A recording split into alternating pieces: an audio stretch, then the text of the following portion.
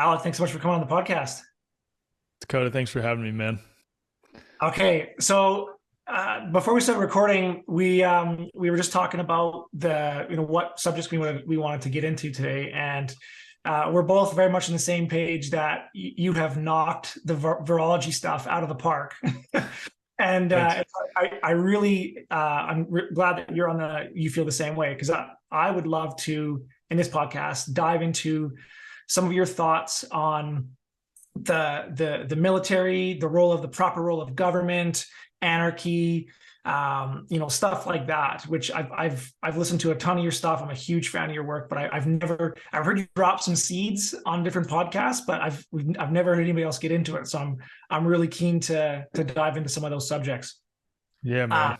so it kind of leading up to that, the from what I gathered of the stuff I've looked into in your history is you spent time as a professional athlete, then you went into the military. In 2019, you got a religious exemption from the vaccine, and then shortly after that, you pulled out, started the I can't remember the name of it here. It's Health Freedom the for Humanity. Health for Humanity, Yeah. and yeah. So I'm curious. Can you walk me through, like, maybe I'm missing the, like, it seems like you transitioned through like the red pill phase super quickly. But I'm curious what that process was like for you, like from going to realizing that holy shit, there's some major problems here. And there's actually a phrase that you used on I think it was with Joel and Erasmus on Here for the Truth that I loved. It was like you avoiding the white pill and the black pill Yeah. stage. And so yeah, could you just walk me through what that process of waking up was like and how you avoided that?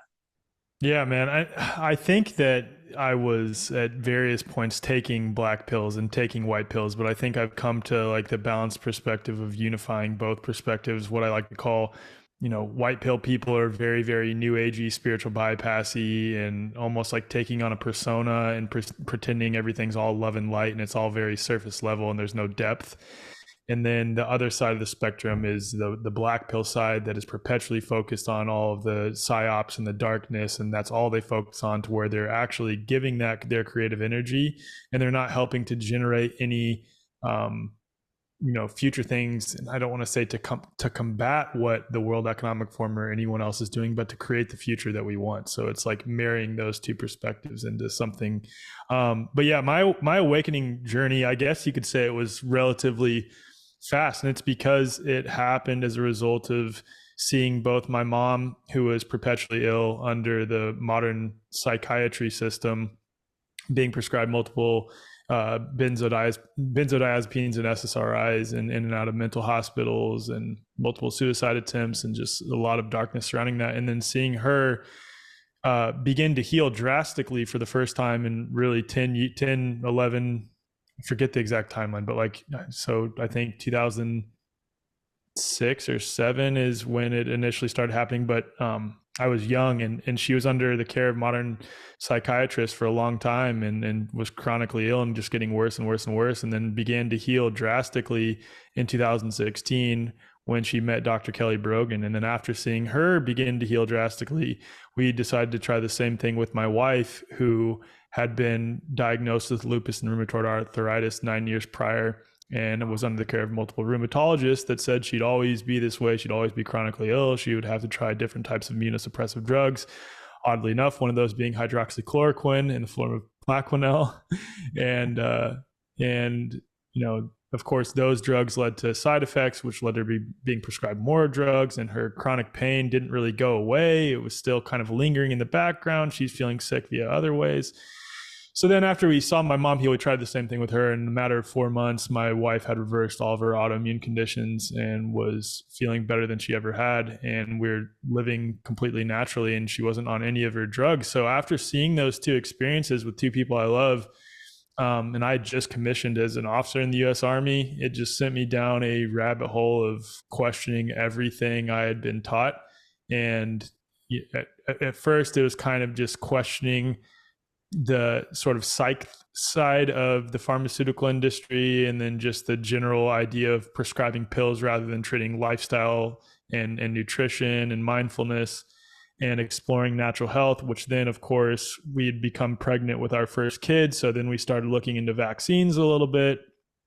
And then once you open up that can of worms after the context of your own experience, your own two eyes, and you see a lot of the people that are proponents of vaccines saying experiences like my wife's and my mom's aren't real, and that we're misinformation spreaders and things like that. And I'm like, what the heck is this? And then once you go down that rabbit hole, you uncover the government corruption with the FDA. And then I was like, a part of the US government. I had gone to West Point, and I'm like, oh my God, what did I just get myself into? Questioning 9/11. And then it just unraveled everything. So by the time this whole charade of the last 3 years now, which is nuts, hit, I had already done a significant amount of research on all this stuff. And ironically, given that you mentioned virology, and then we're also probably going to get into anarchy and voluntarism, the two things I probably hadn't explored really at all. I had heard of terrain theory before, but I didn't really know exactly what it meant. And then I had heard of anarchy. And of course, my thoughts on anarchy was like, oh, just violence in the streets and people burning buildings down and looting and raping and pillaging. And boy, was I wrong. Boy, was I wrong on both those things, because those are the two things, two primary things, I guess, that I've explored in depth, as well as, regenerative agriculture and permaculture design and some of these other things the last 3 years. But yeah, so when the charade happened, I could see through it for the most part at the very beginning. Yeah. Yeah. So you were ready. You were ready for it when it hit. Like yeah. Go ahead. I made a video on February 29th, 2020, when I was still in the Army, stationed at Fort Sill, Oklahoma. And to give a little bit more context, so I was in this school in the Army called Captain's Career Course. So when you're about to become a captain, when you have just become ranked up to be a captain in the Army, you go to what's called Captain's Career Course for your specific branch. So I was in Field Artillery Captain's Career Course at Fort Sill, Oklahoma. And part of our classroom setting was one of the students had to just cover the news for the day, like what's happening in the world. And so being interested in health, when one of my classmates stood up and started talking about, there's this virus there's this viral outbreak in China. And this was in the very beginning of December, right before we broke for Christmas leave. That piqued my interest. So I went on some Reddit subs, and what I saw was videos of people dropping in the streets. And I fell for that propaganda. Now I know that to be like state-run propaganda to some degree, but I was looking at that as, oh my God, they had successfully created a virus in a lab. This is no doubt going to be used for mandatory vaccines, but the reason the US media, because at the time the US media was not covering it at all, and it was only on Reddit subs, I'm like, the reason the US media isn't covering this, because I knew that the media was a fraud, is because they don't want people to know how dangerous this is. So I was actually one of the guys in my class, I knew it was going to be used for mandatory vaccines, but I was one of the guys saying, dude, this is going to be deadly. A bunch of people are going to die. And then slowly, I think around February, I was sort of realizing that it was all state-run propaganda that I fell for, that there wasn't any danger surrounding. I still believe that something escaped from a lab, which I don't believe at all anymore. But I knew that it was going to be used for mandatory vaccines. So I made a video on February 29th, 2020, saying that this is no doubt going to be used for mandatory vaccines for all people. They're going to be pushing it. They're going to be talking about it within 6 months. And of course, that ended up being true. And I just saved that video for myself. And then May of 2020, I finally reached a point, despite being an officer in the Army, that, as Ben Tapper says, my convictions became greater than my complacency. And I had to speak. I just began speaking out about my perceptions on things, and a lot of people resonated with it. So here I am. Yeah, that's wild, man.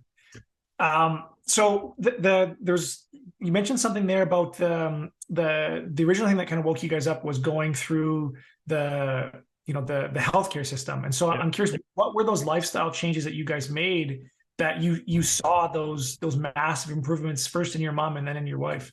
Dude, and that's the thing. They were so simple, and that was so shocking to me, because all we did was just start eating organic food. And we were really strict about it. At first, we were eating just a Whole30 diet, which anyone who knows the Whole30 diet is very, very strict. It's like a stricter form of the paleo diet. And we did that for the first 3 months very strictly, and tapered my wife off her medications and started exploring some surface level mindfulness, trauma healing topics, and a little bit of meditation, but nothing major. It was really just mainly nutrition. And that's where I was like, oh my God, is this simple? Just, the mind-blowing concept for someone who's coming from normie land that food is medicine.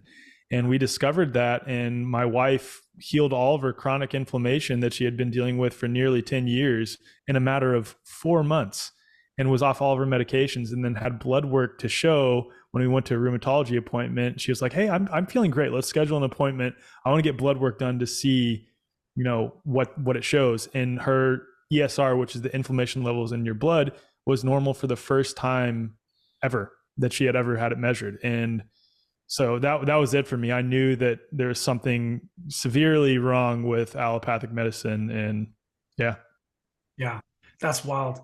And I've heard that story so many times. Like I'm an organic farmer, and like I would say probably 90% of our customers are people who like they literally would be dead if they weren't eating our food.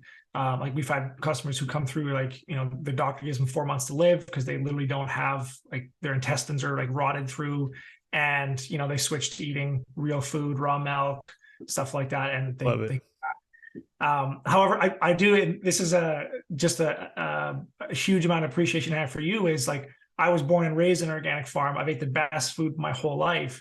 And I've been struggling with some of my own health problems for years. And the work that you've done, interviewing people like Melissa Sell, yes, and like Germ Medicine, and the importance of the emotional stuff, which I'd done a lot of that work, but I discounted it because it was like, no, like I've done that work. It's not. And anyways, since really getting into your work in the last couple of months, I've been diving back into that emotional psychosomatic work, and it's been resolving some of these health problems that I've had, which I've gone to like every doctor you can imagine, all the naturopaths, I've been tested. They're like, you're the healthiest person we've ever tested. Like, this doesn't make any sense. And I'm just like, there must be something missing. And so thank you so much for that work that you're doing. And it really is it's so amazing to see that it's not just the nutrition. It's not just, there's so much more to this. And yes. And I would actually think that I've come to the perspective that the most important thing is the emotional, psycho-spiritual work. It is. By far. Because as with your case and the cases of so many others, when they work to resolve those things, symptoms typically clear up. Now, things like German medicine do account for poisoning and malnutrition, so that is a factor. But the primary factor for disease, in my opinion, is our belief surrounding our attachment to emotions that we haven't dealt or that we've dealt with or that we've suppressed. And healing those things, I think most forms of alternative medicine completely miss the boat on, like so-called natural forms of health, as you're talking about going to see a naturopathic doctor and things like that. It's obviously those are a step up from allopathic medicine. And I thought that they were the quote solution up until really the last 18 months, having explored this, because some of my symptoms I've been dealing with lately, and I've had some traumatic experiences with regarding the relationship with my mom. I've had some back pain on certain sides of my body and some like skin rashes that I've been dealing with. And I know now through German new medicine and through biofield tuning exactly what it relates to. It's relating to some emotional things that I'm dealing with. And that's the other point, is that we can then begin to look at symptoms not as something bad to treat or suppress. It's that symptoms are a message from the divine, from within ourselves, alerting us to some things that we need to look at, sometimes physically, but oftentimes emotionally. And that's why I've become so fascinated with this. I'm actually training to become a German new medicine practitioner myself right now. So that's wild. It's been in the back of my head of like, I don't think I'm going to be a doctor, but I definitely want to take some courses in it, because it's made sense of not only my own health history, but like I'm starting to talk about it with my family, with my siblings and my parents. And like, all like we're looking back, 10 years and I'm like, that's what that was. And it's making a ton of sense because like we literally, my whole family we've been eating the healthiest diet you can possibly eat, which is so funny because and it was actually again some of your work with Melissa Sell and you sharing just so authentically your journey about how you're still struggling with stuff that in the last few months has been really helpful for me because I used to teach, like I was a Weston A Price chapter leader for years, and I would teach, workshops, and I would always feel guilty as I'm telling people like the importance of healthy diet, which I truly believe, but it's like, but I still have problems. I'm not perfect. And like that would then, I'm sure, dogpile on the symptoms and just ingrain it even worse. And when I would have flare-ups with my leg pain or something like that, I would, as opposed to now recognize it's like, oh, like that's my body healing. And it's like, I saw it as I'm not doing something right. I'm a failure. I'm a fraud because I haven't even fixed myself yet. So what am I going out, telling other people how they should eat? And that's the problem in and of itself right there, is the belief that it's something that needs to be fixed.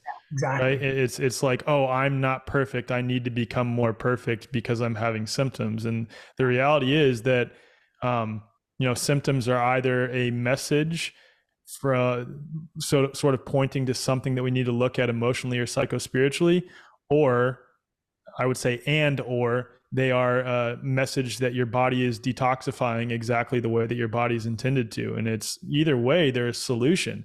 And I had Lauren Lockman on my podcast, and he brought up a story. He's a guy who's led over 2,000 people through extended water fasts, 27 or more day water fast, sometimes 4.5 month water fast to help people heal.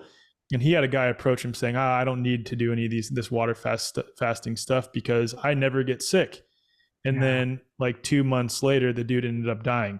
And the point is, it's like he was never getting sick or having symptoms of detoxification because that was just continually being stuffed inside of him. So this is a misconception that a lot of people have in the alternative / health freedom space, is that having symptoms at all is a bad thing. It's an indication that you're healthy. I would say having chronic perpetual symptoms, yeah, it can be that. And there's a lot of nuance to this, right? It's an indication that you're continuing to stuff down your symptoms, or that you have some issues that your body is struggling to properly detoxify. But when we experience these temporary, even if they're repetitive and you have it like every 2 months, symptoms of illness, it's not a bad thing. Your body's doing exactly what it's designed to do. You can see on my head right now, I have this like weird rash that keeps coming up just on the right side of my head. Okay. And it's related, I found, and I don't know if this is accurate within the Germany medicine framework. I actually need to look. Still in my learning phases on that. But I anytime I'm triggered about something regarding my mom, and an experience happened a few days ago that it triggered something within me, this rash pops up on the right side of my head every single time. Yeah, it's wild. And like so with me, I have leg and foot pain, and it's in both legs, and it stems from, in the Germany medicine theory, I'm right-handed, so the left side of my body is like my maternal side, and the right side is my personal relationship sides. And it's like when I was reading through some of that stuff, I was like, holy crap, that makes sense. I literally have it's like a dried apricot sized cyst on the bottom of my left foot. Wow. I've had for years. And like in the last few days, it's like it's starting to like move. And I don't know what's going on with it, but like reading that stuff about on Germany medicine about how even like cysts and tumors, that they're actually they're not symptoms of a disease, they're signs of healing, has been phenomenal. And it's also really helped me to answer a riddle that my whole family has struggled with for years, which is like, and I'm sure you guys know this too, is like there's families or friends who like they just eat garbage and they're never sick. Yeah.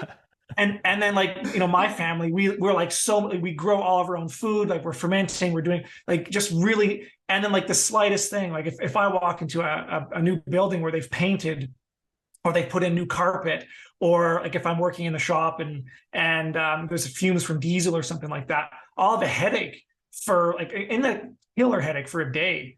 And my sisters are all the same thing. And for years, we've been talking about like, why it's so not fair that like, why do we always get sick? And my whole family's like taking it as like, we must not be like organic enough. and, and like in the last few years of like, holy shit, like it's actually amazing that within 5 minutes, my body starts to detoxify and I get a headache from breathing all these toxic chemicals. Or when if I eat a shitty food at someone else's house and I get sick, like that's amazing. And that's actually a sign of how healthy my body is. Exactly. A sign of how like there's no backlog of trauma or there's not as much of a backlog so that it gets put to the top of the queue right away. Versus getting buried under and like dropping dead at 45. Exactly, just like that story from Lauren Lockman. Like he was never sick. What happened? yeah. Then he just drops dead. Exactly. I would be interested to see the both the activity, I don't know if that's the right word, but your ability to remain active well into your elderly years, but then also your longevity, like both of them, because there's a lot of people who have longevity but they're in a wheelchair by the time they're 60 and then they're not be able to do anything. So it's like your ability to remain active and have longevity at the same time. It'd be interested to see a comparative study of people who eat organic and also work to heal their emotional, psycho-spiritual issues, and then those who don't. I'd be really interested to see that. And I bet it would show that we, those that do the things like you and I do, we live much longer and we live active much longer. Yeah, absolutely. So before I know we didn't, our plan was to get into the all the voluntarism and anarchy and stuff like that. I still want to do that, but I got to ask your thoughts, because before we started recording, you mentioned that you just recorded a podcast with the Weston A. Price Foundation. Yeah. And so I just want to get your thoughts on how familiar you are with Dr. Weston A. Price and Sally Fallon and. I'm familiar with Dr. Weston A. Price's work, and I actually. So I'll say this. I think the evidence that he provides as assertive evidence that eating ancestral is the proper diet, I think there's a lot of speculation and correlation there, but I say that at the same time while eating ancestrally myself. So I do think there's legitimacy to it, but there's just correlative speculation on that, in my opinion. But nonetheless, what they're teaching as a result of that correlative speculation coming from Weston A. Price, I think has tremendous impact on people's health positively. I personally eat a lot of organ meats myself. I eat a lot of, I tend to lean more towards like Paul Saladino's style of eating, and I don't like do sprouted grains and have my own like sprouted bread and things like that. It doesn't sit well with my stomach for whatever reason. I know that I do best when I'm eating just primarily meat and fruit. So yeah. Okay. Cool.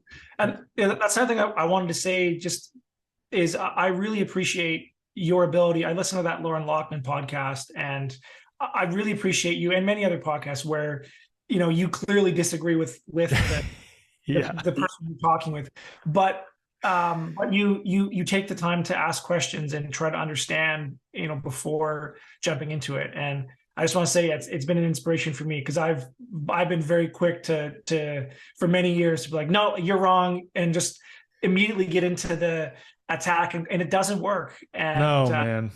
And at the same time, I don't want to sit there and not say anything to represent my side, not poke and prod. Because there's been a couple of episodes that come to mind. The one with Stephanie Seneff, where she kept on talking about like what a virus does and does not do, and I was like, I've kind of come to the position that viruses don't even exist. Then the Lauren interview, I think he's severely misled on Dr. Paul Saladino's work, which I brought up. I don't think he's familiar with him at all. And it was pretty apparent when he brought that up. And then there's another episode with Dr. Anna Mihalcha where she kept on referring to COVID, and that's fine because I get what she was saying. And I think most of my audience gets what she was trying to say, because she does acknowledge that there's no proof of the virus.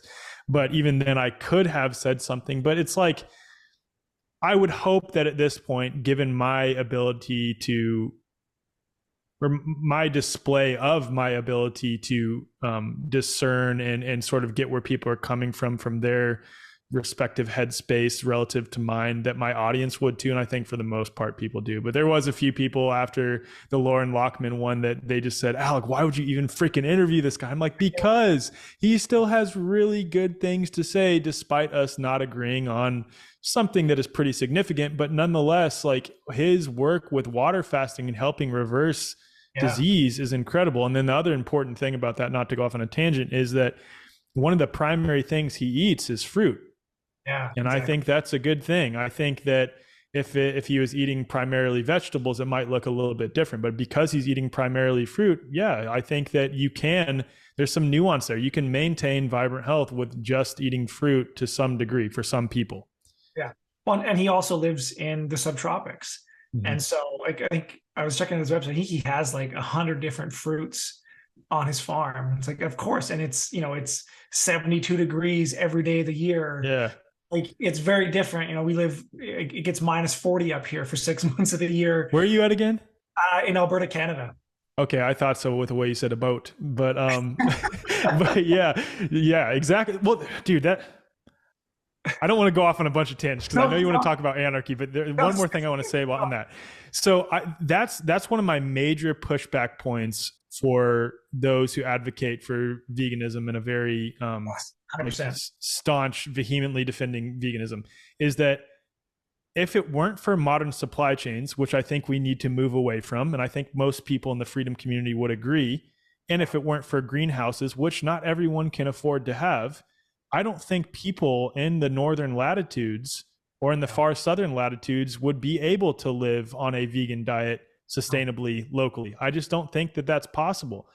Absolutely. And that's one of my main, and I have several arguments against veganism for all people. And like, I understand the sentiments. I understand the need to not take life incessantly. Like, I get that. I totally understand that. And I agree, which is why I'm against factory farming. And I want to move to a point where I'm only hunting for my own meat, but I'm not there yet. I'm buying from local farms, which is a step in the right direction. And I just don't see any way without modern supply chains that like one of my friends who's the biggest advocates for veganism lives in an apartment in Chicago. And I guarantee if he wasn't getting his fruits and vegetables shipped to him or buying them at Whole Foods or wherever else, he wouldn't be able to sustain on his vegan diet. No chance in Chicago. No. And I completely agree. And I've done a lot of, I used to be a vegan myself, actually, for a year. When I was part of my red pill phase was to watch like Earthlings and all these documentaries about how, because I grew up on a farm and I was kind of in a bubble of just like, this is how everybody grows food. And then when I got out of high school, I was like, oh my God, like the world is awful. Mm-hmm. And I watched, I read the stuff on like the China studies and like even as Lauren Lockman was talking about, like, we don't, we've got, we don't have a short digestive tract like a carnivore, we've got molars, like we're like a gorilla, we should eat grass. And I watched all that stuff. And I remember sitting down with my parents and like forcing them to watch these documentaries with me. It was like, do you see this is proof that we have to, like, I bought in hook, line, and sinker. And for 2 years, I was just this angry, self-righteous vegan who just went around telling people that they were murdering the planet. And do you use any blood meal for your crops, for your organic crops at all? I have in on like small scale, nothing major. No. The reason I asked that is because there's several organic farmers that I know that are very against veganism as well, and they just, whether it's blood meal or something else, they are dead set on like life feeds on life. In order to run a full-scale organic farm, like there is going to be death of animals without question, or death of sentient life. And we make our own compost. Like I've composted whole 2,000-pound cows before, and like it's amazing, like the fertility that comes back. And we harvest all of our animals on farm. Like, so there's a lot in the veganism movement that I pulled out, which is like the unnecessary suffering, on inflicting unnecessary suffering on any being is immoral. Yep. and that's why every single one of our animals is harvested on farm with respect. Amazing, man. And like we actually fought like I almost went to prison and got fined for because we were doing it on farm. We had a kind of a private Good for membership. you, man. That's So freaking awesome. That's really, incredible. And yeah, last thing I'll say on that is like watch a deer eat an animal or watch a deer be eaten by a wolf in real life or a bear. And like you tell me that that looks humane. And the most exactly. humane way to kill an animal is let them live grass fed, grass finished their whole entire life with no issues. And then the last moment they die without even seeing it coming. That is like as humane as it can get relative to what happens in the wild. It is, and it's beautiful, and I've shared some videos on my YouTube channel before, like talking about some of my experiences with animals, because I don't know if you've gotten into any indigenous stories or research, reading books on like Black Elk Speaks or stuff like that, but they talk about how the animals would offer themselves to the hunters, and it was actually like a relationship. And I've had experiences like that with Wow. animals on our farm. When we go through and we do it, with intention and just beautiful experiences that are like life changing. And I do believe that there is, when you do it right, life feeds on life, and I think the animals understand that. Yeah. There's some type of divine force running through all things that sort of just leads them to understand that maybe that's not their life's role, but at this point, this is my life's role. I'm here to provide sustenance for this very intentional Yeah, person in front of yeah. me. So I mean, as much as I dislike James Cameron and the fact that his wife, and him are one of the major owners of like a pea protein or like the Impossible Burger or something like that. Avatar is probably as close to what nature actually is yeah, I've ever seen. yeah, man. Oh yeah, that's yeah, I haven't seen the second one, but I know the first one was like super impactful for me. And there's a lot of people that are more on the black pill side that said, that's all like a thing to condition you to believe in uploading your consciousness to another being. I'm like, that's not the way I took it at all. I took it as like this guy's being brought into a much more spiritually grounded, intentional group. And he was previously a part of this oppressive, exploitative group that is trying to just leech from nature without any reverence for it. So that's the way that I took it, at least. Exactly, 100%. And so I think that's a good segue Yeah. into the stuff. Let's get into the military stuff first, because at one point, like, were you ever like the kind of antagonist in Avatar. Avatar, Yeah, where the guy with like the scars on his face, yeah, the like was that you commander. just like bench pressing stuff? And I was bench pressing stuff, and I still do that a lot. I still do a lot of Olympic lifting, so not a lot of bench pressing. But anyway, just to answer that, no, man, I'll say it like this.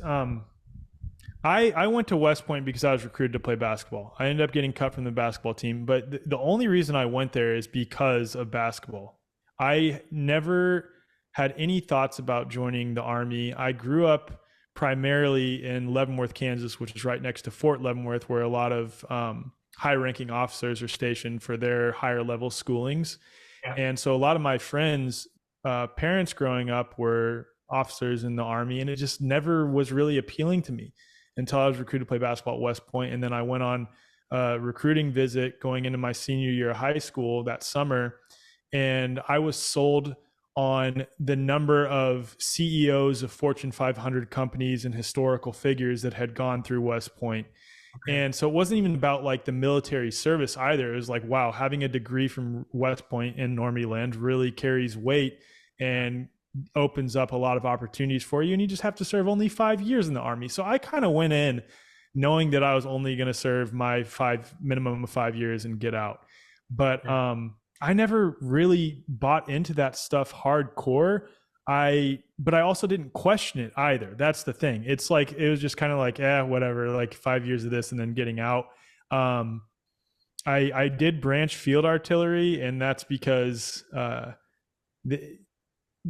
So the way that our like class ranking works is it's not all academic. Okay. They take 55% of our total grade is based on our academic grade, and then 30% of it is based on our military grade, like how well we are, how disciplined we are militarily, how well we are, how good we are at following orders. And then 15%, yeah, I'll get to that.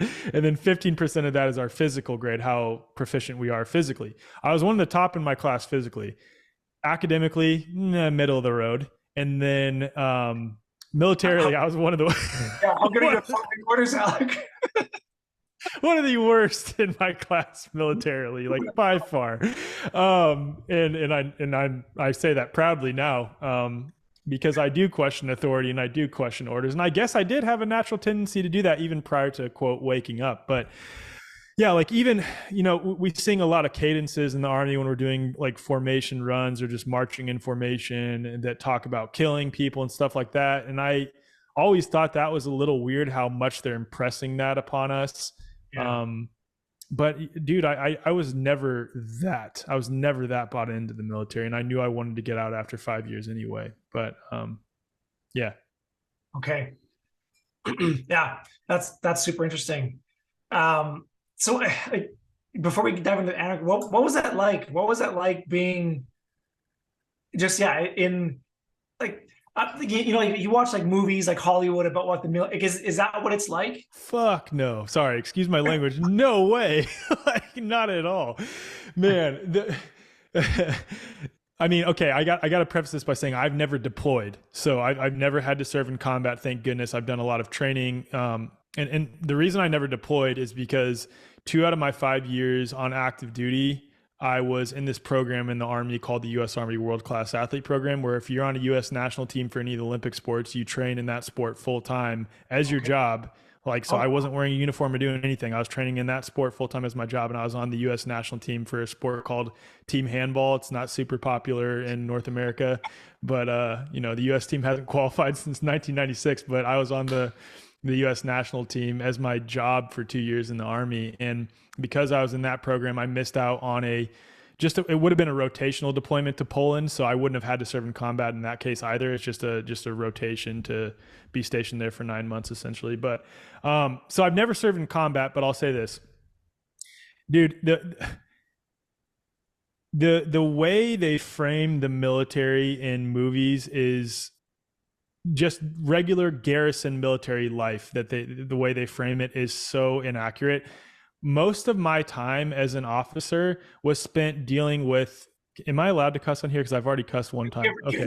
Dealing with, for lack of a better term, what I would have called them back then is shithead soldiers who like joined the military because they didn't know what else to do. So they signed up after they turned 18, and then they like freaking beat their spouse, or they marry a prostitute and then like the prostitute cheats on them, so they like get in a fist fight with the guy and then the police are called.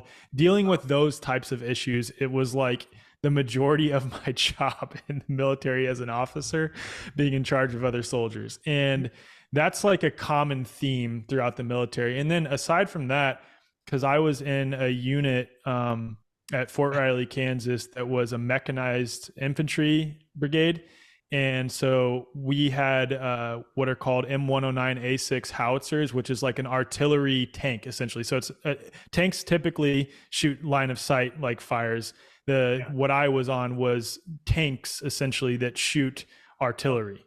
Yeah. So like the majority of our time was spent fixing our vehicles. It's the amount of shit in the military that breaks, and the amount of the lack of efficiency is just absurd. It's like, dude, and everyone from inside the military complains about it all the time. Like, you're just constantly fixing broken stuff or dealing with problem soldiers. And because there's so many problem soldiers in the military, then you have to do these like mandatory trainings on like, okay, here's a hour-long training in the middle of your day when you should be doing other stuff that's much more important, on why not to beat your spouse, or like an hour-long training on like why not to like sexually harass women or something. Like, it was just like, it was so ridiculous. But aside from that, the culture, it's interesting to me because at West Point, looking back, we were taught to question authority. We actually were taught that. We were taught to never follow an unlawful or an unethical order. You know, Really? our allegiance was to the U.S. Constitution. Okay. Our we were taught to, in the West Point Cadet Prayer. I still actually have that little document Yeah. right here is the West Point Cadet Prayer. And one of the things in the cadet prayer is to make us to always choose the harder right over the easier wrong, and never settle for a half truth when a whole truth can be won. And that's what's so interesting to me, knowing that we were taught that at West Point. We were taught to be critically thinking. We were taught to do unit level and individual level risk benefit analyses. We were taught to shield our soldiers from the upper echelons of chain of command if that decision was not actually conducive to your unit level morality and was actually what's best for the mission. We were taught all of these things. And Really? despite that, I see overwhelmingly throughout the military culture over the last 3 years is not only soldiers blindly obeying, but the leaders who are taught this, the officers who are taught this via West Point and other institutions where they commissioned as officers, doing the exact opposite. And that just kind of shows you the power of groupthink and the power of this illusion of authority and obedience to it. And two experiments that I bring up all the time, and then we can get into the authority discussion or whatever you want to talk about, is the ASH experiments, which were set to measure or to determine the rate that people would conform to the group despite their own senses clearly telling them otherwise. And then the Milgram experiments, which set out to measure obedience to authority in the human population when what they're doing is very clearly causing harm to someone else. And in both experiments, well over 50% of people would conform to the group's position and deny their own experiences. And over 50% of people would just obey authority despite causing harm to another person. And it's, that just sort of shows how powerful both groupthink and the illusion of authority. And when you combine those two things, that is exactly what the U.S. government and the U.S. military is. It's groupthink. It's a tight-knit group that you want to be a part of. You want to be accepted and liked by your peer group, by your soldiers, by your superiors. But then you also want to obey authority. And so, yeah.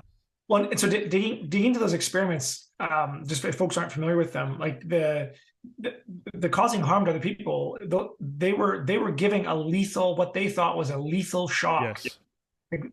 They got to the point where authority said, kill this person in an experiment, and they did it.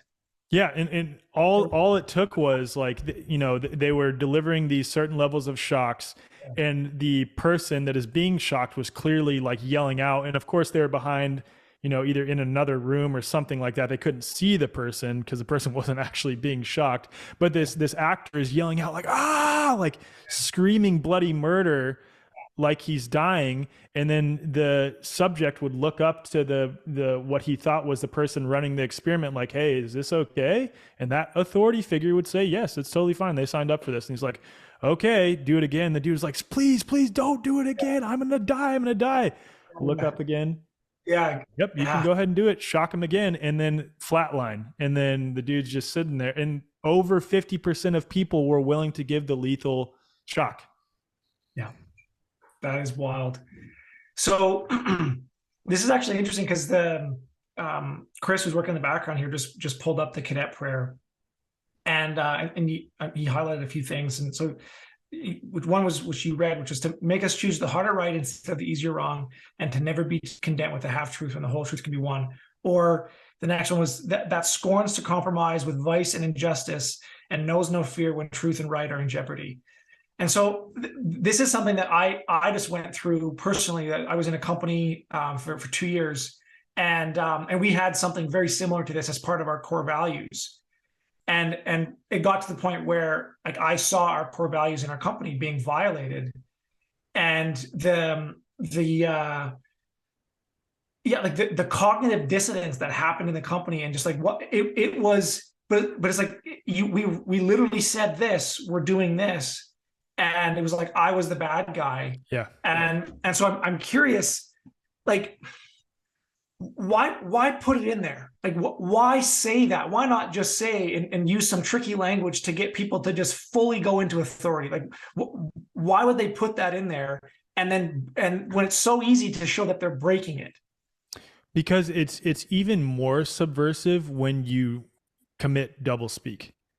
It's more subversive when you preach one thing and then your actions are showing another. And then again, with combining groupthink and adherence to authority together into one solution, you sort of look to your left and right.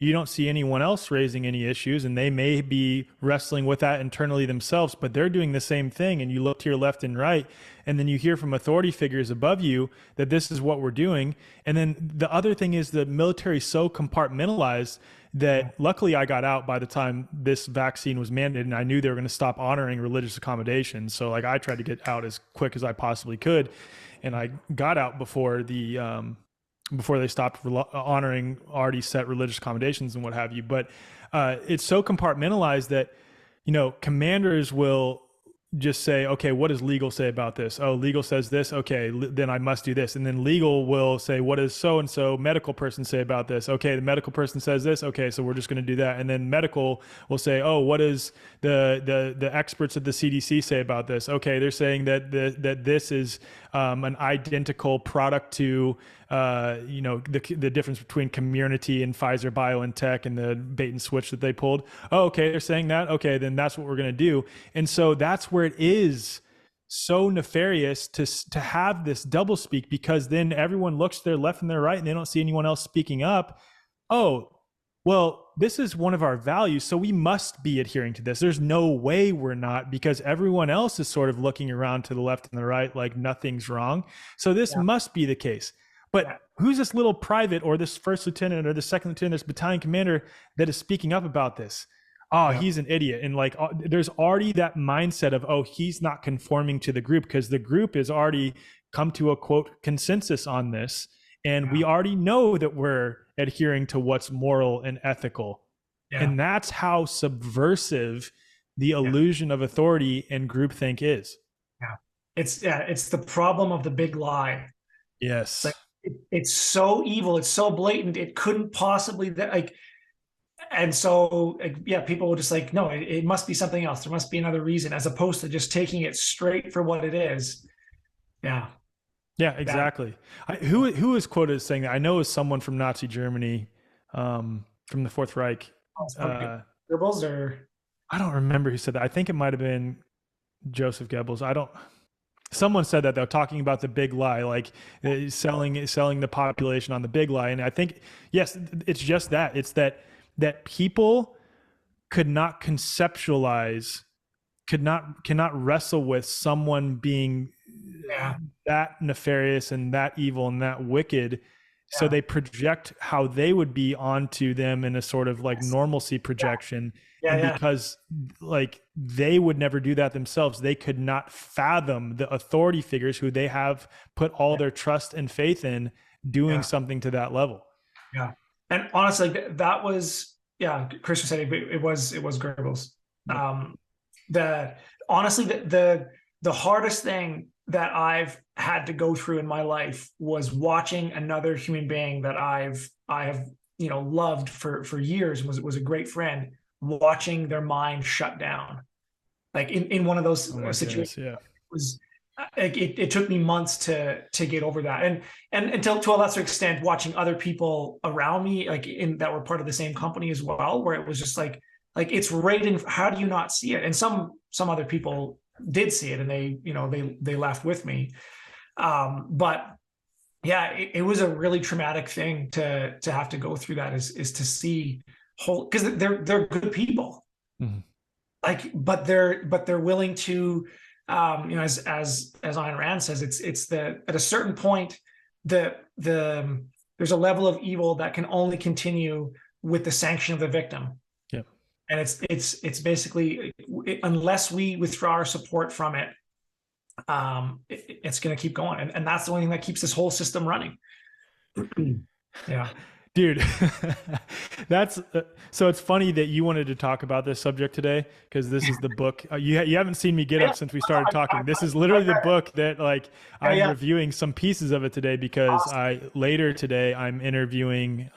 It's more going to be a discussion, kind of like we're having right now, with this former Army sergeant who has come to the position that this is accurate, and we're just going to have a Okay. discussion from our military Oh, perspective wow. leading into the illusion of authority. And you're exactly right.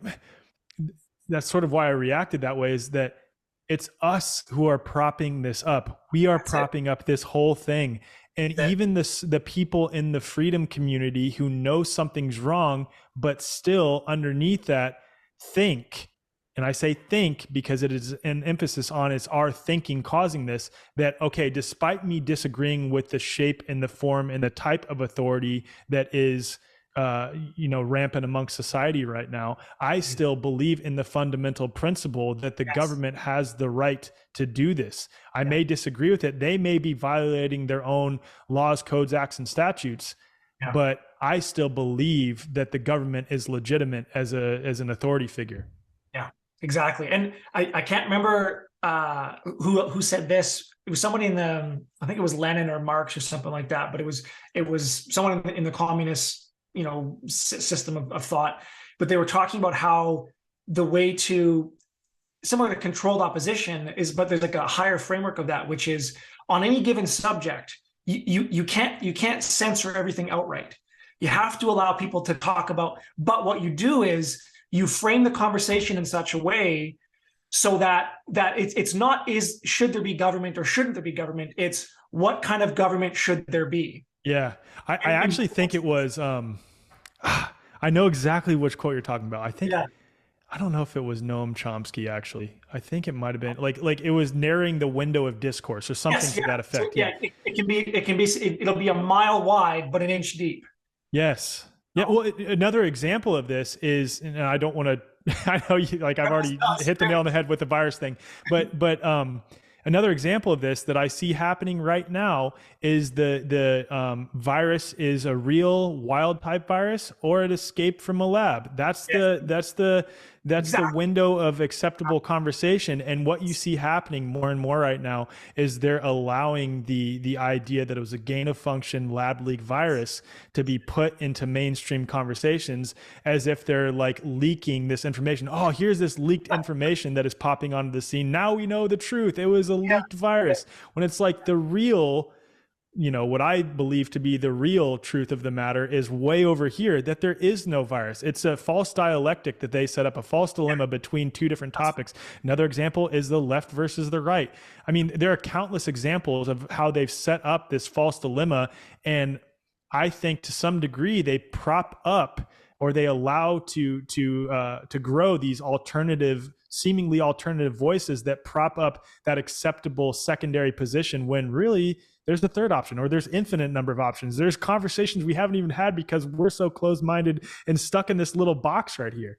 Exactly. Well, and oh man, this is so good. This is right in my there's another book I read by George Orwell. It was called an Homage to Catalonia, and it was basically kind of like a biography of his time during the kind of civil wars that were happening in various parts of Europe. And there was a couple things in it that I found really interesting. One of them was he talked about how at that time there was all these warring factions. So there was the anarchists, there was the fascists, there was the communists, and like there's 3 or 4 other ones. But at a certain point, he like has one line where they were all being funded by the same people. And at a certain point, because like they were all using the same like bullets, they were all using the same guns. And at a certain point, he started to realize because they'd be going in to take over a town, and like both sides would be getting certain pieces of information. I can't remember how he kind of clued this out, but it was like holy shit, like we're actually like kind of puppets on a string. Yeah. But then at a certain point, whoever was funding them, because they would basically let them all tire themselves out, and then they're just like, okay, we're going to go with the communists. And so like they didn't care which side won, whether it was the anarchists or the fascists or the communists or the socialists. They didn't give a shit. It just like they let them fight it all out. again, like what kind of government, and let's get into anarchy as well here. But I thought that was really interesting in terms of, these control structures. Is like, even people who are in the black pill community, I don't think they realize how insidious it is, or they don't take it to its logical conclusion where it's like, no, Trump's a good guy, and like he's going to drain the swamp. It's like, how could you possibly, like, maybe, but there must be an equal chance that he's also controlled opposition. Yes, exactly. And the fact that so you believe simultaneously that 99% of the government, the military, it's completely controlled, but that they're just openly letting this guy talk. Yeah, they let this one guy sneak through the cracks. Like it can't be both. No.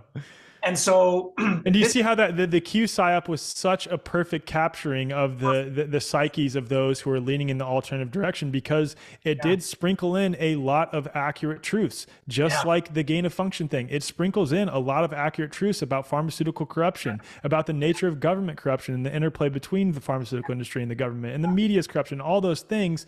But then it misleads on one minor detail, or actually one major detail, but one little thing that it misleads you on.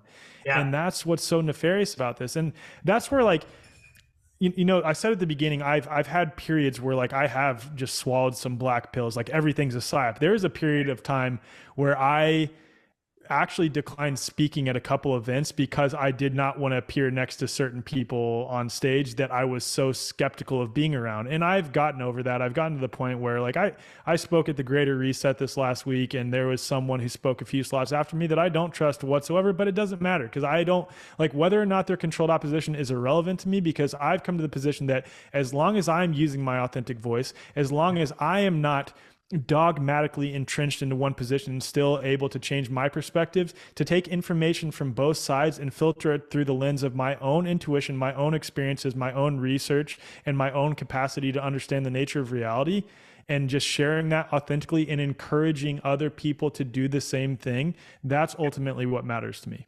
Yeah. 100%. And I honestly, man, I really appreciate you doing that, because I was in the same boat for many years, and I'm kind of coming out of it. I was kind of in a dark spiral for the last couple of years. I go through phases of black pill and all that stuff, but you are 100% right. That's the right approach. And I think one of the reasons why, and this gets back to the military, is, who said this, but it was Peterson or someone else, where it was like, if we can't speak to each other, then the only thing left is violence. Yeah. And it's like, it really hit home to me of just like, holy shit. It's like, yeah, like even if someone is, completely opposed, it's like, find a way to, because if we can't talk, then it's civil war, or whatever else it is. Or worse. Yeah. And so this is actually kind of bring back into the before we go into the voluntarism and anarchy stuff. I'm really curious to hear your perspective on this in light of that idea of, if we can't speak, then violence is the only thing left to us to settle disputes. I find there's a lot of people and I've dabbled in this for a short time. There's a lot of people in the kind of freedom community who are just like stocking up on bullets and they're getting ready. It's like, when the government comes, we're going to take them on. And, I for like maybe like a half a day, I was in that mindset. Then I was like, but they have directed energy weapons and drones. Yeah, man. and like voice of God technology. And like, I don't think we're going to shoot our way out of this. I'm curious as someone, but then when your thoughts are like, no, the military's a mess. It's just basically, guys, like, what's your perspective? Like, is there a chance for us to mount some kind of, guerrilla warfare against the U.S. military or our own militaries, or like, how do we, if it ever comes, like, yeah, what are your thoughts? I'm going to recline a little bit here, because I'm going to like sort of ramble and tie some thoughts together here. So, there's a large element of me that, from a metaphysical, possibly nature of reality perspective, and you could really say that this also applies in a way that science is now backing this up with things like biofield tuning and Eileen's work, the human biofield, and then of course quantum physics is another conversation, because I think there's a lot of misconceptions there and a lot of just misleading assumptions, but nonetheless there's indications that we are connected. We are all connected, and that the human psyche, both individually and the collective psyche, absolutely has an impact on what manifests in reality.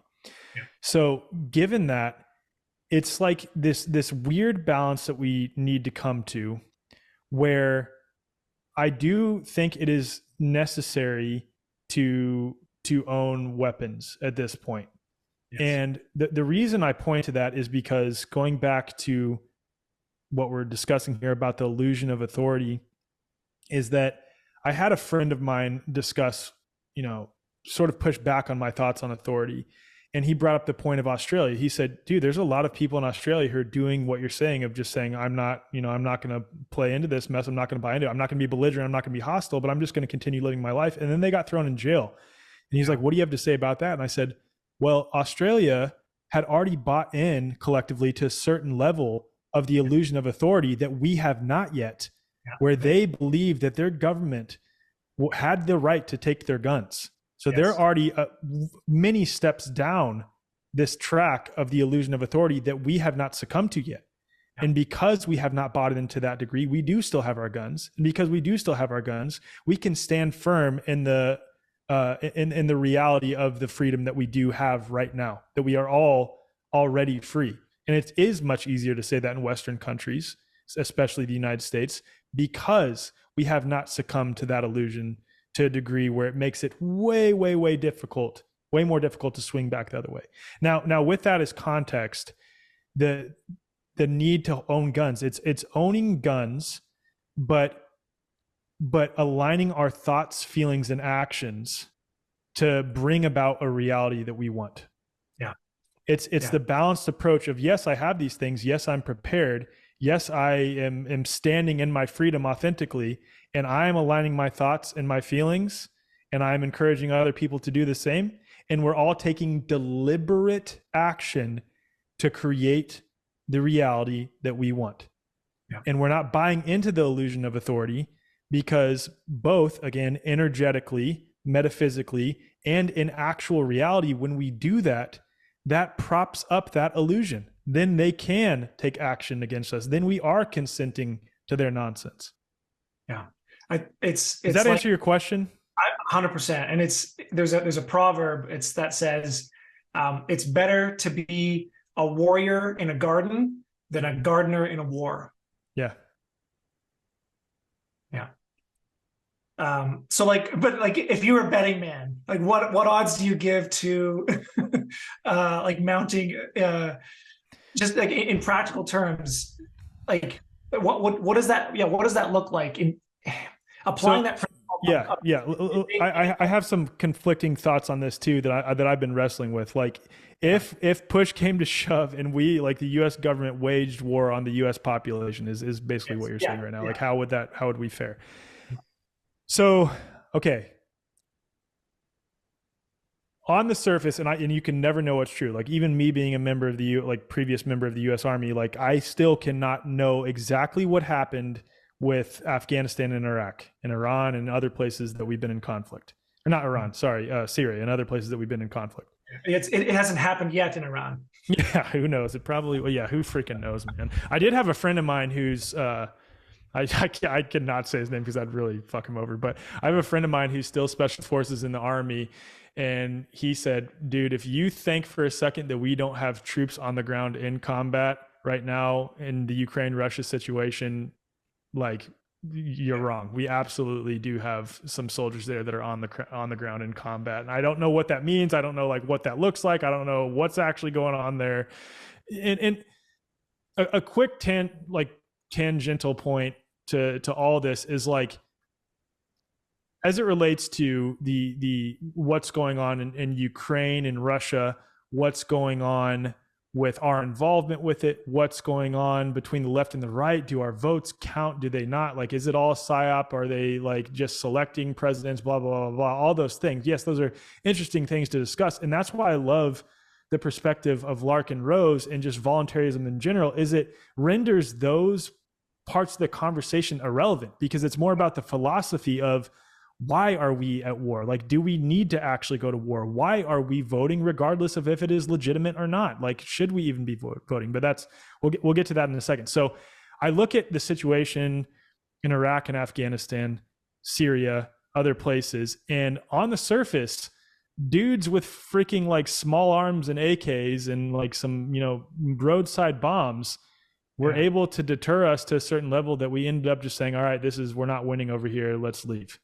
So given that, and that all could be another level of a psyop in and of itself, that could have been, because there is tons of evidence that shows that the weapons that they were using came from us in a roundabout way. So that's another thing. But and even like the creation of ISIS and Al Qaeda to a large degree were the result of us, funding rebel groups. Corbett has done incredible work identifying how, basically after every war, like they train and they become the next thing, and it's been going back. Yeah, and who knows? Like, who can say definitively what's actually happening there? A lot of us can speculate on what's going on. So that like the whole thing could be a controlled thing to that degree, where it's like, okay, we're just gonna give the U.S. Army bad intel about this and like have them look like a complete clusterfuck and then leave for whatever reason. I don't know. Like, who knows? But the point is, on the surface at least, it appears as if guys with small arms were able to defeat guys with tanks and whatever weaponry the U.S. Army has, like Hellfire missiles and Apache helicopters and things like that. So given that, I mean, and given that the largest standing army in the world, this is a quote that I don't know if it still rings true, but is the U.S. population, is the U.S. population of people. I think that there would be a good chance that we could come out on top. And am I going to say that, millions of people wouldn't die? No, like it'd be bad. It'd be really, really fucking bad. And they do have some technology that they're probably employing on us right now with millimeter wave technology and direct energy weapons. And like, I think there's some indications that HARP is not only used to modify the weather, but it's to modify human consciousness to some degree. There's a lot of shit that they have that we have no clue what they're doing with it and things like that. But and this is why the illusion of authority needs to be dispelled more than anything, because that also applies to so-called agents of the state who are obeying and adhering to the authority. So what would be those who are carrying out the on-the-ground mission against the U.S. population? This is why it's so important to dispel the myth of authority, because that would render them incapable of committing an atrocity like that. Yeah, exactly. And so this kind of gets into like my again, I've never been in the military, and I really appreciate your thoughts on that, because I never actually thought of it that way.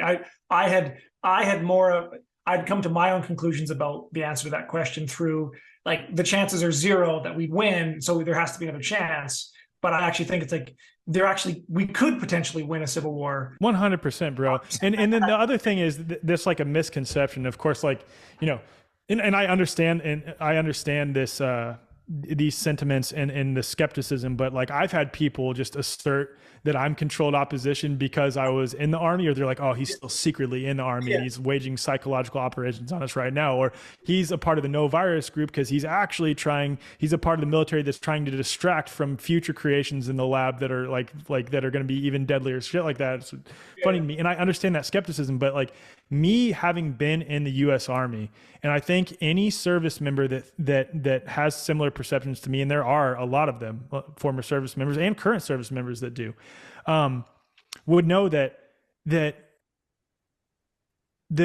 people overwhelmingly, and it's a clever tactic, just the way the whole system is set up, the people that join the military, we have this fantasy idea that they're joining because they genuinely want to defend freedom against enemies, both foreign and domestic, like here and abroad, right? And yes, there are some who join for that as their main reason, but overwhelmingly from what I've seen, it's dudes who didn't know what the fuck they wanted to do and they knew they needed money, so they joined. Or it's like, okay, I want to go to college, but I don't have enough money, so if I join the military for a little bit, they'll pay for me to go to college. And it's so nefarious how that's all set up, because it's like creating paths that sort of force people into these positions where it's like, fuck, I have no other chance, dude. If I want to go get a tech degree or join or become a doctor, I probably should just join the military for a little bit. So the point in saying that is it's not like these people are all mindless robots who are just dead set on obeying authority. Now, that's, as we've seen these last 3 years, we're leading down that road of becoming the mindless robots who just obey authority. And like, who knows the nature of what these products actually do to change human consciousness and the psyche? Because I've had experiences and I've talked to other people where it's like, yeah, after they got their 4th shot, they seem to have completely flipped in how they think about the world and things like that, which, I mean, there's some interplay possibly, as Dr. Anna Mihalchia has shown in my podcast with her, that these frequencies interacting with these nanoparticles that are probably inside these shots can actually alter, you know, the way that people think. Some interplay between millimeter wave technology in these particles, like putting frequencies in people and thoughts in people, whatever. So we are leading more down that road, which again goes back to why it's so important to dispel this myth, because those people are still winnable. Yes. Absolutely. They are winnable to convince them that, hey, what you're taking part in, the organization that you work for, you signed up with, you know, whether you wanted to go to college or not, you signed up with some level of good intentions because you believed that this organization, this entity, the US government, the US military was legitimate, that it was being used in a legitimate way to protect our freedom. But it's not the case. And what they're telling you to do is not about the health of the human population. It's not about the safety and security of the human population or the US population. It's for other purposes. And they are absolutely still winnable. Yeah. Yeah. And that's where I am on this issue is this is a war of ideas. Yes. And that's and it's a war of philosophy. And if we can do that, that's the only way we're going to get our way through this. Because if in my line of thinking, even if we could win a civil war, it would just devolve into some kind of a dictatorship. Or the chances of us winning a civil war and then coming out top. It's so that I'm curious on. Are you familiar with Gandhi's approach to when his government put a law that banned the making of salt? I think I'm familiar. I think someone told me this story within the last couple of months. Can you refresh my memory though? I'm not an expert on it. But the basic idea was the government of India wanted a monopoly on the making of salt, because for years this was a kind of a household industry, and salt is life for these people, and so everybody had the ability to go to the ocean and make salt, and the Indian government wanted to create a monopoly on that to make a bunch of money, and there was corporations and stuff involved, and so Gandhi's form of protest was to walk across India, basically saying, I'm walking across India, and when I get to the ocean, I'm going to make salt. And he gathered just hundreds of thousands of people with him. And when he got there were people with like sticks and because the government was trying to fight back against these people, but they also, because their stance was so ridiculous, like the fact that they were literally trying to take food out of mouths, like they couldn't really defend it. Yeah. And so his approach was kind of the non-violent approach, which was, and there's clips where they would literally, for their form of protest, they'd be trying to get through a city or get through to the ocean, and there'd be police officers with sticks there, and for 10 hours a day people would just walk towards the guards, and they'd get hit with sticks and they'd get knocked out, and people would drag them back, and they'd send another wave, and they just did this for days. And more people gathered around to just see 10 guys getting hit with sticks or 10 guys hitting other people with sticks. And it built this whole movement of, this is insane. Mm-hmm. And it actually swayed the whole people of India against it. And eventually I think they pulled back and it came through. And then Gandhi went through and started, various kind of communes and things like that, which I don't particularly agree with, but his approach, and I don't know if you've ever read Ayn Rand, mm-hmm. Or like Atlas Shrugged. I have not read that though. Mm-hmm. Okay, you got to read it. So there's a scene towards the end of the book where the hero is being literally tortured by the villains of the story, and the machine that's torturing him breaks. And because the people who are torturing him are parasites, they don't know how to do anything, they don't know how to fix anything. They can't figure out how to because they're trying to torture him to get him to tell them information about how to fix the world that's falling apart, because he's a really smart guy. And they can't even figure out how to fix this machine. And at a certain point, the hero of the story, John Galt, who's like almost dead from being tortured, he turns over and he tells them how to fix the machine. And it psychologically breaks the people in the room. Like it helps them to see how evil they are and how wrong they are, and how what their true motives were, because they had kind of been hiding behind this. It's for the greater good. It's the greatest good for the greatest number, and they'd been hiding behind that. But when this guy literally tells them how to fix the machine that's killing him, they come to the conclusion that they fall apart, and that's basically how he wins. And so this has been kind of merging that with the stuff with Gandhi. That's been my perspective on any concept of. I believe people should own guns. Absolutely, I own them myself.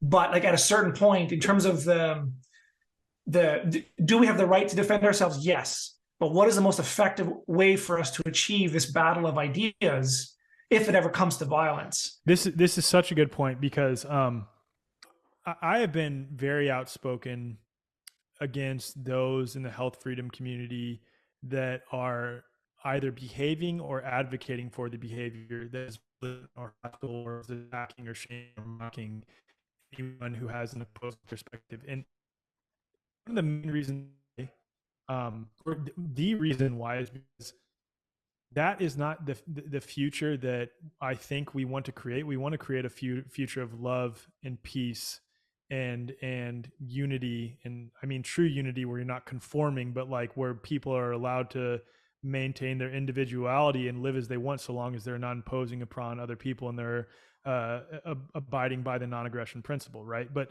the point is, I want to embody that. I think we all want that, right? And because we want that, then we all should be embodying it, in my mind, and we should be showcasing the life that we want to lead.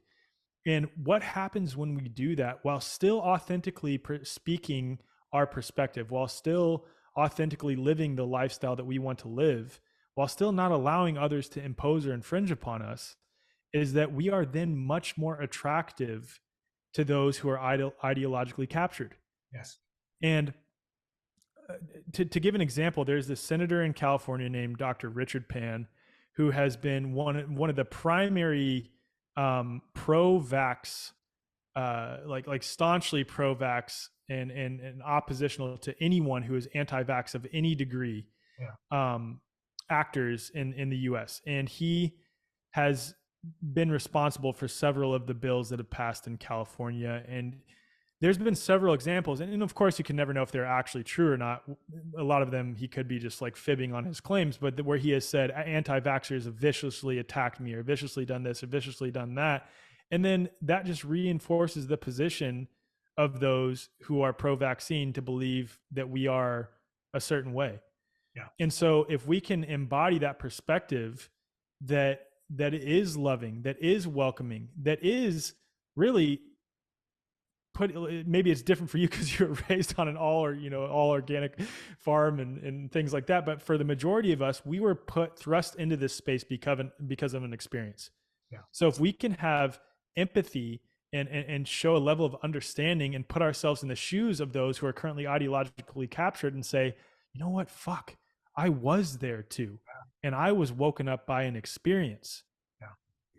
And unfortunately, I do think at this point, a lot of the people on that side will have to be woken up by an experience. And that looks like vaccine injury or something in that realm, or some tax issue or something like that. But it'll be an experience for most people. But there are still a number of people that we can, quote, help wake up by embodying the perspective that we want to live and just showing how absolutely silly it is for them to continue pushing this tyrannical agenda when we're loving people, when we're peaceful people, when we're healthy people. Yeah. When we are embodying that, it just makes that whole ideology look sillier and sillier as time goes on. And that's why, one reason is better than 10 insults. When Yeah. it comes to trying to bring people over to our camp. And or there's another one in the permaculture space that I really try to push back a lot against, is that there's this idea that being involved in regenerative agriculture, or like healing the planet, or doing this incredibly important ecological work, it has to be a sacrifice. Like, you can't make money at it, you can't be fun. And my counter to that is, like, no one is going to join a revolution if it sucks. Yeah, no one. And no one is going to join a revolution if we're assholes either. Yeah, no one. And so, yeah, and I say that as a person who has been an asshole. Yeah. and Me has too, also man. We all fail. We're human. has also gone through the martyrdom of just, like, I'm going to suffer more, and, like, get people to feel sorry. Like, it's such an attractive loophole to get sucked into, because it's easy. And so, but yeah, I do believe that that approach to, because, like, the counter to that is, and I think the best reason I've seen against why we shouldn't just be pacifists is that if we could snap our fingers and all the guns are eliminated from the world, there's no weapons of any kind, there's no military, and there's no way we can use any of those things. And all it would take is for one person in a truly pacifist society, one person to pick up a stick, and now he's dictator of the entire world. Yeah. And so, for the same reason that the initiation, or the initiation of force is immoral, the use of whatever force is necessary to stop it becomes essential. Yeah. Completely agree. And now that being said, and this is where it gets into, so that's kind of an objectivist school of thought, but this is where I'm really starting to get back into the kind of the white pill side of things. And I think we can reconcile both these worlds, is that, yes, if someone picks up a stick and they're hitting people, the solution isn't to go shoot that guy in the head or to electrocute him or what, because guess what? He's going to have kids. He's going to have family members. He's going to have people in his community, and you know what, that creates intergenerational trauma, and it starts to breed. And so it's this fine line of, there needs to be justice, but we also need to understand that hurt people. Yes. And that the way to heal these things is to start intergenerational healing. Yes, man. Break these cycles of intergenerational trauma. And things like this is, everyone can experience this. Like, I've got this thought experiment of, and I'm sure I'm going to get called out for this being misogynist or something, but I'll go through just a chain. It's like, so like the boss, yells at the husband comes home, yells at the wife yells at the daughter yells at the younger son kicks the dog bites the cat. And it's just like this whole thing. And like, I've literally seen it in my childhood on growing up on a farm, where you'll see like the ripple reaction of like, and so I've got this thought. I was like, who was the world's first asshole? was there, if you went back like 100,000 years or 1,000,000 years, it's like, who was the first guy who was a dick? It started that chain reaction. Yeah. Oh man. Well, this brings up an important point, and it's like the misconceptions about what anarchy and involuntarism is and is not. And whether the U.S. government, I hope you have a lot of U.S. listeners. I think you do. So I think this applies to the Canadian government. It really applies to any government, but for the sake of where I'm in the U.S. So whether the U.S. government is a democracy or a republic, which there's a lot of arguments on, is not really relevant, because in either case, those are essentially mob rules. Yes. Because the perceptions of the majority are then imposed upon the minority and also the majority, right? And also the indifferent in between. And when that happens, when the perceptions of the majority are then imposed upon the entire population, what happens is a situation where people are not having to wrestle with and instill and be concerned with their own moral position, because they are then conflating their moral position for the position of what authority says. And what happens when that authority and those subsequent ideas that are then imposed upon or enacted into laws, codes, acts, and statutes are severely misled.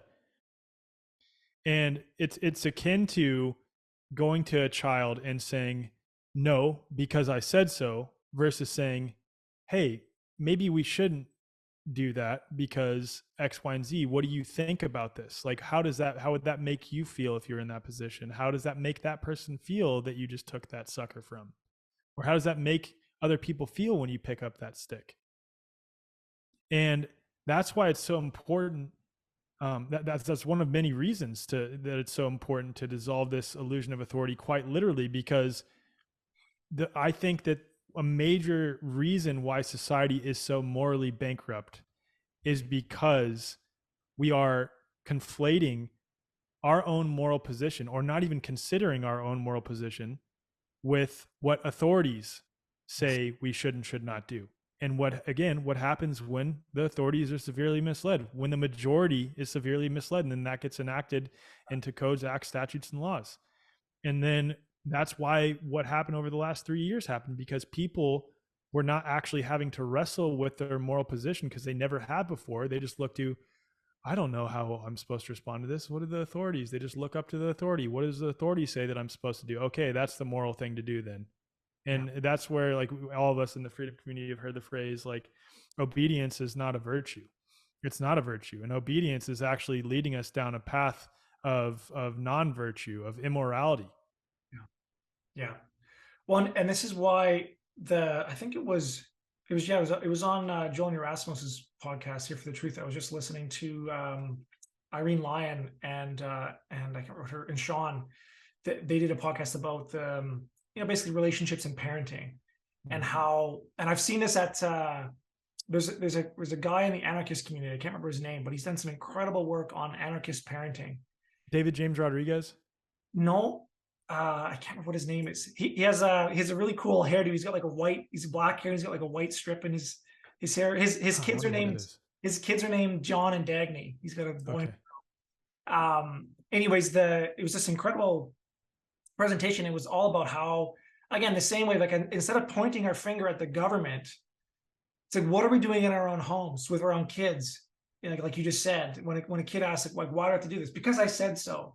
You're a tyrant. That's this, like, if you're doing it, why can't the government do it that way? And this is why I love your work, and other people like you who are focusing on, let's look in the mirror first before we start criticizing the world. And then when we do that, it's that hermetic principle, as above, so below, it starts to ripple out. And things, even if it doesn't work that way, at least you're not an angry asshole that everyone else hates because you're going. Dude, it's such a good point. Because even if it doesn't ripple out, because I'm sure there are some people, if I share this with my audience, like, dude, how do you know? Like, you're making a claim. How do you know it actually ripples out? And I'm like, at the very least, you are then helping to create a new generation of critically thinking, of spiritually grounded, of mentally well, of loving, compassionate people. Which is what we need moving forward. And that's what bothers me about the right, is that tends to be a more right-leaning perspective of parenting, is saying, because I said so. Not realizing that, like, the right is opposing the way the government is, that you're behaving exactly the way the government is right now. And it's that false dichotomy of, just let your kids do anything and let them hit you and slap you and kick at you, or lock, sleep training, lock them in a room, don't let that baby boss you around. Like, it's that false, like, it's like, no, there can be a middle road that actually addresses all these sides. But again, because the left and the right, they can't even talk to each other anymore because it's just ad hominem attacks. We're not going to get anywhere out of this. And this is why, again, I love your work and your ability to bring people on the podcast that you disagree with. Not 100%, but like, and still have a conversation and seek to understand. That is, ironically, when I try to actually bring someone on who I really disagree with, they won't come on the podcast. I've had the same experience as well. Well, can I make another quick point on that? Just like in relation to having to look in the mirror. Yeah. I've used this example quite a bit, and the Canadian trucker convoy that happened, what, like a year ago? Who knows when it happened at this point, Yeah, dude? These last 3 years have been just like one I know. giant blur. But whenever that happened, amazing show of unity, amazing at getting more people to buy in to this perspective to a Yes. certain degree. Like it was that was incredible. But I think it was like what, like 500,000 people were estimated to be involved with that to at some level, which in Canada is a big portion of the population because you guys are much smaller. But It's like a so 60th of our population. yeah, so imagine if that same number of people who was gathering together and pointing to the government and saying, I don't like that you have authority over me. I want you to stop having authority over me. Simply just decided all together collectively, no more. We're not playing these games anymore. I'm just going to live my life as a free man or woman, and I'm going to encourage the people around me to do the same. I'm not going to be belligerent. I'm not going to be hostile. I'm going to be compassionate. I'm going to be loving, but I'm not going to allow you to dictate what I do in my life. Imagine if that number of people all did that en masse. Yes. All of this would be over. None of this would have happened had we adopted that mentality from the very beginning. And I don't think it takes the majority of the population for that to happen. Like the Gandhi example. There's a statistic, I forget who said it and I forget where it's coming from, but something like all it takes is like 3 to 5% of the population to stand up and just be authentic, is what I'd like to call it, in order for things to change. And that's all that's required. For those who authentically did not want to comply with this stuff, and deeper below that, don't authentically believe that these men and women, whether they've identified it verbally or actually had to wrestle with the thought, there's a lot of people who are like, there's something that's just off about these men and women inside this institution telling me what I can and cannot do. People have wrestled with that at the least. Yeah. And if people can really begin to look in the mirror and come to the understanding that we are doing this to ourselves, it is us who is complying with this to some level on this compliance spectrum. And the only reason that any of this happened and any of it continues is because of that acquiescence of our own individual power and the compliance level that we have adhered to on some level. And if we can dispel that myth that anyone that is calling themselves government, which is simply just a group of men or women who have come together, just like us, have the right to tell the mass of population what to do. If we can dispel that myth, none of this will happen in the future.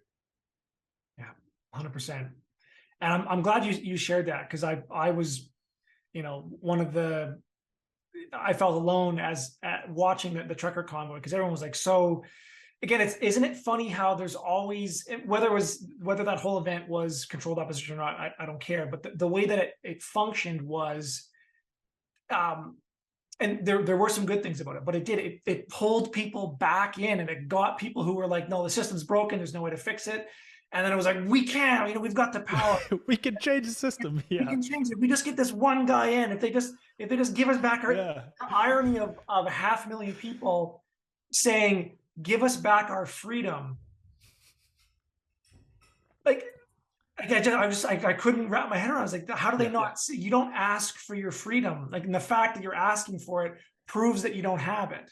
And even further from that, you don't take it back. You don't violently need to take it back. It's just, oh, damn, we're 500,000 people, and however many other people didn't show up to this.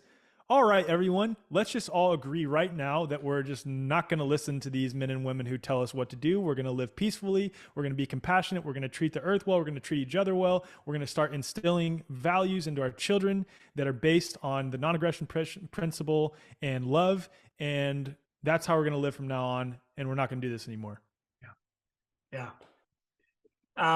So I realize we've gone way past our time, but are you keen to keep going for just like a few more minutes? Because I can go for like 10 more. Okay. Because I want to dig into the Larkin Rosa stuff in the book. I don't even mention it yet, but the book you've been flashing up is called the Most Dangerous Superstition by Larkin Rose. It's a fantastic book. You can buy the PDF version. It's also on Audible. I highly recommend it. However, the thing I wanted to, because I think we've kind of given a pretty good understanding of like what true anarchy, what the goal is, when people like Larkin are talking about it. But the challenge that I came up against is and this is some thought experiments from Ayn Rand and the objectivist school of thought about what that we do need a government, and Mm-hmm. in their mind, the proper role of the government is the police, the military, and the law courts. Mm-hmm. And the reason why anarchy won't work in their line of thinking is that we're always going to get a guy with a stick. We're Mm-hmm. always going to get a psychopath who's going to try to take over or do something, or there's going to be even an honest dispute between, like, somebody's building a fence on their property and they've read the map. This actually happened with my, like, great grandparents. There's a fence on my farm where it jogs 10 feet over, like halfway through the fence along a quarter line, and like that was the end of the relationship between my grandfather and like a neighbor years ago, Wow. because someone, so like there's gonna be these disputes, and so, like, how do we settle this stuff in a way, in a true anarchy, if there's anarchy and there's no authority of any kind, how do we settle disputes? How do we? Yeah, these are such good questions. It's so interesting that you asked this, and like, there's two ways I could take this. I could come in with like what Alec Zeck thinks is the assertive answer that is definitively true on this issue. But the reality is, we have not seen something like this amongst society. And ironically, people will say, "Oh, what you're describing is an impossible utopia." And my answer to that is, no, what you are thinking is happening is an impossible utopia. The idea that we can bring in men and women and elect them to rule over us and somehow live in a free society, that's an impossible utopia. And at least in that case, I have countless, if not all, historical examples to point back to regarding government. So this sort of, the approach I'm going to take this with is like both answering, I don't know exactly what it looks like, but sort of just tossing out some ideas on how to build upon that. Sure. And the first thing I'd like to comment on is, it's important to get clear on what we mean by government, because how I have come to understand government to mean is the actual, appearance of what it is like in society right now. And it's that these men and women have united together. There's a small group of them. They enact laws, codes, acts, and statutes. They have the exclusive moral or perceptive, because it's upheld by the population, moral justification to use force against those who don't comply with said laws, codes, acts, and statutes. And that form of government is what I mean by government, yes. Right? That, because that's overwhelmingly what it is in modern society, especially in the West. Yeah. And so I think there is a necessity for leaders and like guides and elders and community elders, and maybe even like a body of men and women who come together to meet to determine the direction of the community.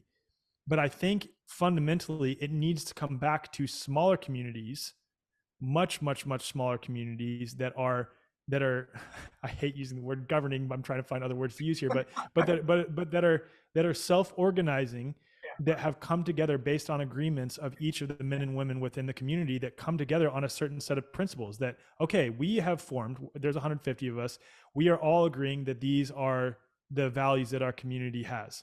This is how we handle disputes. This is what we're teaching our kids. Non-aggression principle: do not impose or infringe upon someone else. Always try to find the most peaceful form of what's the word? Remedy for any controversy that comes about. Always attempt to settle it outside of bringing other people into the mix. And if you can't, then it may be necessary to bring other people into the mix, and maybe it's necessary to bring that council of elders into the mix.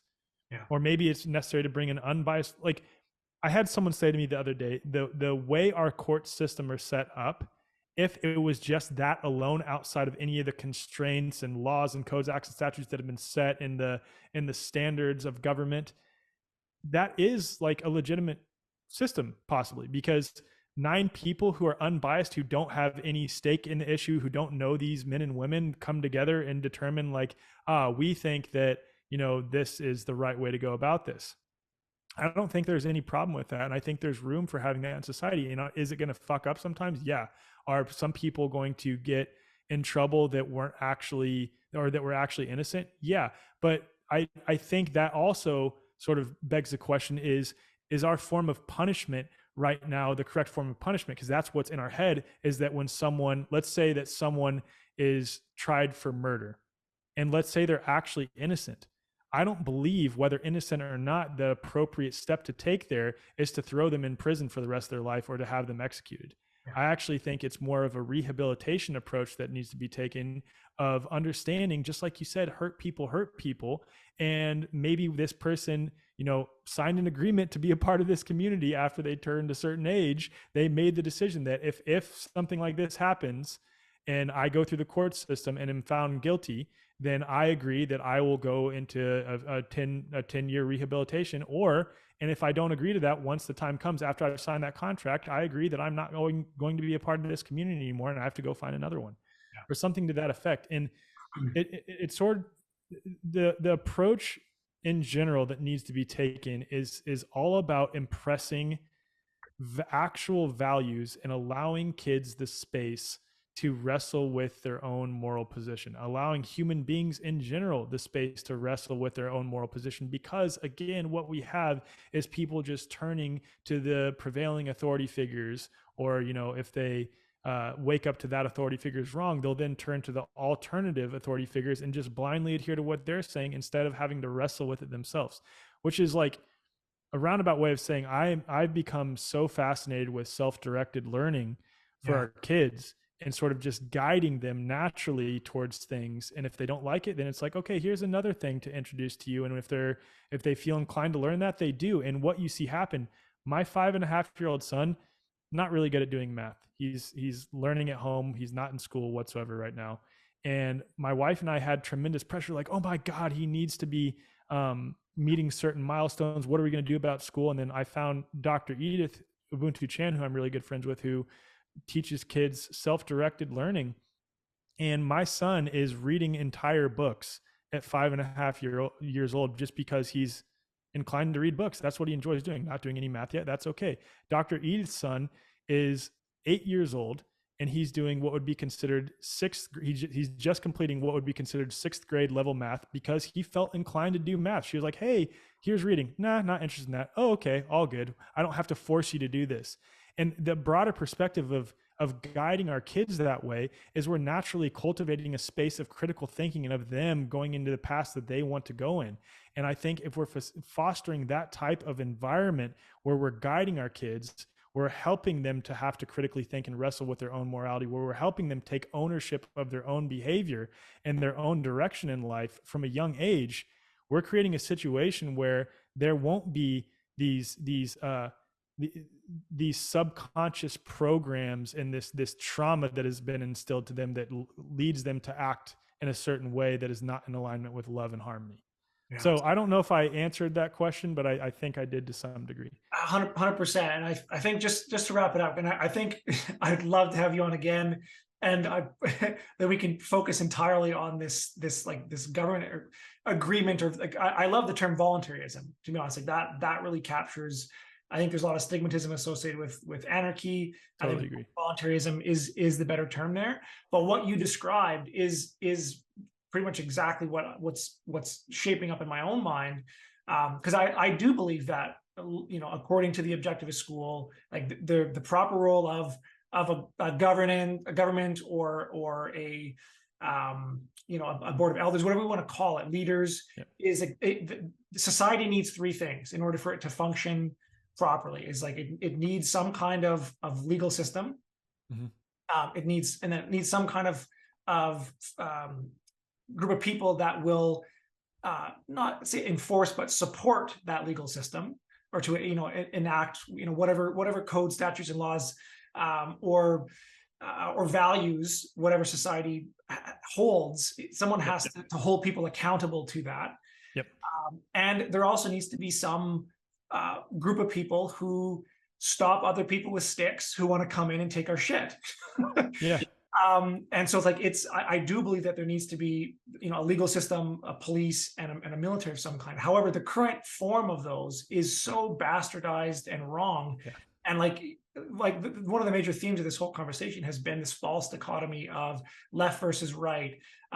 You know, what kind of virus should we have? What kind of government should we have? And as you were talking about the stuff with your kids and the education, it's like in the same way that parents want to force their kids to be just like them, that carries through as above, so below into the state deciding what curriculum we're going to teach our kids. Yes. And so now people are fighting about whether or not it's okay to teach kids about, gender reassignment surgery. Yeah. And it's like, or what if we just decide no one gets to force anybody what the curriculum Yeah. Well, and that's what it comes back to. Like, even with the operation of like some, and I'm always very careful with my words, because what's in people's mind when you say government, or what's in people's mind when you say military or things like this, and I agree with you, is what we currently have. They're still thinking within the confines of that box. But the baseline of all of this from a voluntarist perspective is that you are agreeing to it, not being coerced into it, not being manipulated into it. It's that, hey, okay, in order to be a part of this society, the way that this little community operates versus this community over here, this is their agreements in order to be a member of this. Okay, I agree to that. Or no, I don't agree to that. Or maybe like I decide at some point, I don't agree to these anymore. I actually agree with this society over here that is formed, that is operating this way. I'm going to go over there now. That's the way it works. And that's also on the individual level between individuals, where it's like, I have a personal agreement with you on this. We both come to the agreement, and then we are held to that agreement to some degree. And if you don't want to be in that agreement anymore, you can say, hey, I don't want to be in this agreement anymore. And hopefully there's an opt-out clause. But the point is all based on our voluntary consent to be involved in that agreement with another individual or another group or another organization or community. Yeah. And this is where at some point, whatever group or system is built to support and enforce or hold people accountable to those agreements, there needs to be clear limitations on what it is they can do. Yeah. And this is essentially in the objectivist school of thought. The problem with the United States, in their opinion, was they got the closest to this kind of ideal form of government that anybody's ever got, but there were some holes in the Constitution that basically allowed for tyranny to just slowly. But what if there's a this? But what if there's an emergency or a fire, and we have to take people's land, eminent domain and stuff like that? It's like they left a couple loopholes like that, and give it 100 years, 200 years, and it's just loopholed out. Full tyranny, right? Yeah. So this is where I think this is what's I'm so excited about this, is that like the philosophy's there. There's been a bunch of different experiments. I think all the pieces are there. I think we need to bring in some of this stuff about like what healing is necessary, and like how justice and revenge are totally different things. Yeah. And we are at we're riding this incredible wave that has the potential to actually create this kind of utopia that isn't just like my version of what I think the world should be enforced on everybody else, but it's actually has some core principles like this, the principle of non-aggression, other stuff like that. Yeah, it's really exciting. And Alec, thank you so much for the work that you're doing to create this world that we all know is possible and that we all want. And I just, it's an honor to have been able to talk with you for the last 2 hours here almost. And keep up the dude. This has been one of my favorite. I'm not just saying this either. This has been one of my favorite conversations I've had in a long time. This has been awesome. Likewise. Okay. Well, I hope to have you on again. Where can people find out more about you? Yeah. So the majority of my audience is on like audio podcast platforms. So if you look on Spotify or on Apple or elsewhere and just type in The Way Forward with Alec Zeck, you can find me there. I'm also on YouTube. It's a smaller account. My previous organization that I was running was deleted, and I've transitioned to a new organization. You can find me again at The Way Forward with Alec Zeck if you just type that in. And then also my website. I hesitate to share my Instagram and other social media handles because like that I've been deleted so many times on those. So if you go to thewayforward.com, and in this case, forward is spelled FWRD. So forward without any of the vowels. So thewayforward.com. You can find me there. Awesome. Thanks so much, brother. Thank you, man. Take care.